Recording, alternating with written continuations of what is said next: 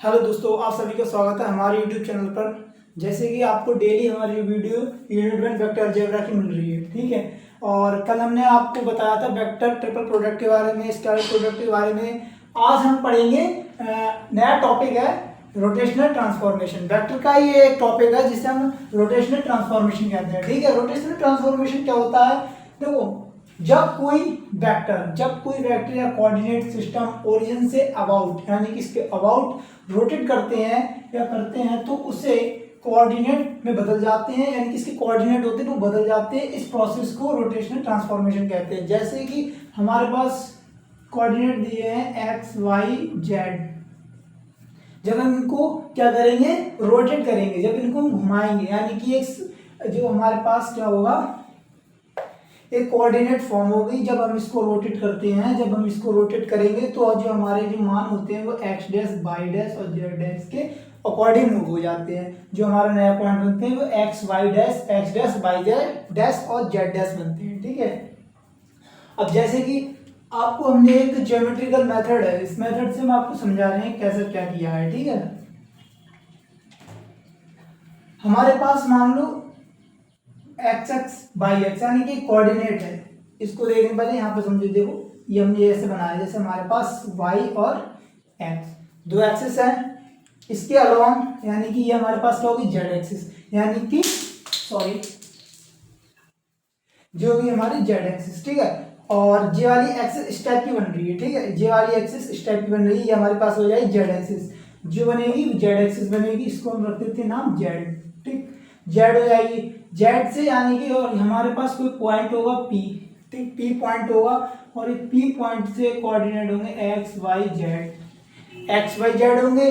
जब x Y Z के हम मान लो एक्स कोऑर्डिनेट की हम वैल्यू निकाल रहे हैं तो यहाँ पे एक क्या निकाल लेंगे, लाइन खींच लेंगे। क्या होगी, परपेंडिकुलर एक लाइन लगा खींच लेते हैं, वो किसके, एक्स अक्ष के अकॉर्डिंग, एक्स अक्ष के एक क्या खींच लेते हैं, परपेंडिकुलर लाइन खींच लेते हैं। जो परपेंडिकुलर लाइन होती है जो हमारी एक्स एक्सिस है, यहाँ पे स्मॉल एक्स, जैसे कि यहाँ पे आपको बता दिया स्मॉल एक्स से इसको कैसे कर देते हैं, ये हमारी इतनी डिस्टेंस क्या हो जाती है, स्मॉल एक्स हो जाती है। फिर इसी प्रकार जब इनको हम रोटेट करेंगे, जब इनको घुमाएंगे ना, जब हम इनको घुमाएंगे सर्कल को, तो हमारे पास ये वाली सॉरी हाँ ये वाली और ये वाली एक्स के अलावा मतलब बाई के अलावा है तो बाई है डैश और जेड, और ये एक्स के अलावा है तो एक्स डैश। दो हमारी एक्सिस और मिल जाती हैं जो एक्स और वाई के अलावा हो जाती हैं, ठीक है। और यहाँ पर एक इन बिंदु पर जो हमारे बनेगी एक और परपेंडिकुलर लाइन खींच लेते हैं। जो हमारा पी पॉइंट है यहाँ से परपेंडिकुलर लाइन आ जाएगी, ठीक है। ये परपेंडिकुलर है, ये भी परपेंडिकुलर है, और इससे इसको जोड़ देते हैं। जो हमारे पास क्या बनता है, एक एंगल बन जाता है। क्या बन जाता है, एक एंगल बन जाता है। इस एंगल पे हम वैल्यू को फाइंड करते हैं, और इस वाले जो एंगल यहाँ से बन रहा है, जो नया एंगल यहाँ पे जो हमारा रोटेट हो रहा है, जो बिंदु यहाँ पे पॉइंट मान लेंगे, इसको मान लेंगे ए, इसको मान लेंगे बी। बी से जो डी के बीच जो हमारे पास एक एक्सिस बनेगी, उस एक्सिस से एक लाइन यहाँ पे खींच लेते हैं। क्या हो जाती है, ये हमारे यहाँ पे थीटा कोण बनाती है। कौन सा कोण बनाएगी, ये बनाएगी थीटा कोण, ये भी थीटा कोण। और इसके अलावा ये भी बन रहा है, ये भी थीटा कोण, ये भी थीटा कोण बन रहा है, ठीक है। और ये होंगे हमारे परपेंडिकुलर, ये परपेंडिकुलर होगा, ये भी परपेंडिकुलर होगा। तब इनको हम डेरिवेशन से सॉल्व करेंगे कि इनको जो हमारे पास जो कोऑर्डिनेट दिए हैं, जो हमारे पास कोऑर्डिनेट दिए होते हैं पी के एक्स वाई और जेड, इसको हम किस प्रकार से एक्स डैश वाई डैश और जेड डैश में रिप्रेजेंटेट करता है। और यहाँ पे हमने आपको थ्योरेटिकल समझा दिया है कि जब हम पी के पॉइंट दिए हैं, एक्स वाई जेड कोऑर्डिनेट के पॉइंट हैं, इसे हम origin about the theta angle के रोटेट यानी कि थीटा के एंगल पर रोटेट, यानी कि इसके जो थीटा एंगल है इससे हम रोटेट करेंगे। जो तीनों एक्सिस होंगी वो मूव करेंगी, तो जो रोटेशन करती हैं तो नए coordinate X dash Y dash मिलते हैं। और आप इसके स्क्रीनशॉट ले लीजिए, अभी मैं इसको सॉल्व कराता हूँ। अभी हमने बताया था कि जो रोटेशन ट्रांसफॉर्मेशन होता है उसकी डेफिनेशन को समझी थी, और इसको हमने ज्योमेट्रिकल मेथड से भी समझा। किसके मतलब जो कोऑर्डिनेट्स होते हैं कौन सा लंबवत यानी कि परपेंडिकुलर होगा और कौन सा थीटा एंगल बनाएगा, ठीक है। अब हम इनको सॉल्व करेंगे किससे, अब हम इसको सॉल्व करेंगे डेफिनेशन को। कैसे करेंगे, जैसे हमारे पास एक एंगल मानेंगे क्या मानेंगे, त्रिभुज जो हमारे पास होगा ए बी सी, यानी ए बी सी है ना, सी लिखना, ठीक है। यहाँ पे एक त्रिभुज होगा, एंगल जो थीटा के सामने का कौन कौन सा होता है, हमारा कड़ होता है, ठीक है। तो जैसे कि हमने यहाँ पे लिखा है ए बी कड़ है, क्या है, ए बी क्या है, कड़ है, और बी सी लंब है जो परपेंडिकुलर, हाँ इसके लंबवत, यानी कि जो हमारा कड़ होगा वो होगा ये वाला, ठीक है। बी सी हो जाएगा कड़ और ये वाला हो जाएगा लंब, और ए सी हमारे पास क्या हो जाएगा, जो ए सी होगा वो हो जाएगा आधार, ठीक है, आधार। अब इसी प्रकार हम इसको साइन थीटा की वैल्यू निकालनी होगी, साइन थीटा की वैल्यू निकालेंगे, साइन थीटा की वैल्यू हमारे पास क्या आएगी, पी। यहाँ वैल्यू जब मान लेंगे, यानी कि जो हमारे पास वैल्यू होगी पी होगी, किसकी वैल्यू होगी, बी सी बराबर, जो बी सी बराबर वैल्यू इसको पी मान लेंगे, यहाँ पे पी लिख लेंगे, और यहाँ पे एक्स जो हमारे पास हो जाएगी एक्स, ये आधार, यानी कि साइन थीटा बराबर क्या होता है हमारा, बी सी बट्टे ए सी, जिसे हम क्या बोलते हैं, बी सी बट्टे ए सी, आधार बट्टे कड़, ठीक है, आधार बट्टे कड़। और x साइन थीटा बराबर, इसे हम इसकी वैल्यू इधर पहुंच जाएगी, x इधर हो जाएगा, और p ये हम इस टाइप से लिख लेंगे, x बराबर साइन थीटा बराबर p, ठीक। इसी प्रकार हम cos थीटा की वैल्यू निकालेंगे, तो बेस इन आधार टू कड़, और आधार जो हो जाएगा हमारा आधार, और ये हमारे पास क्या हो जाएगा, कड़।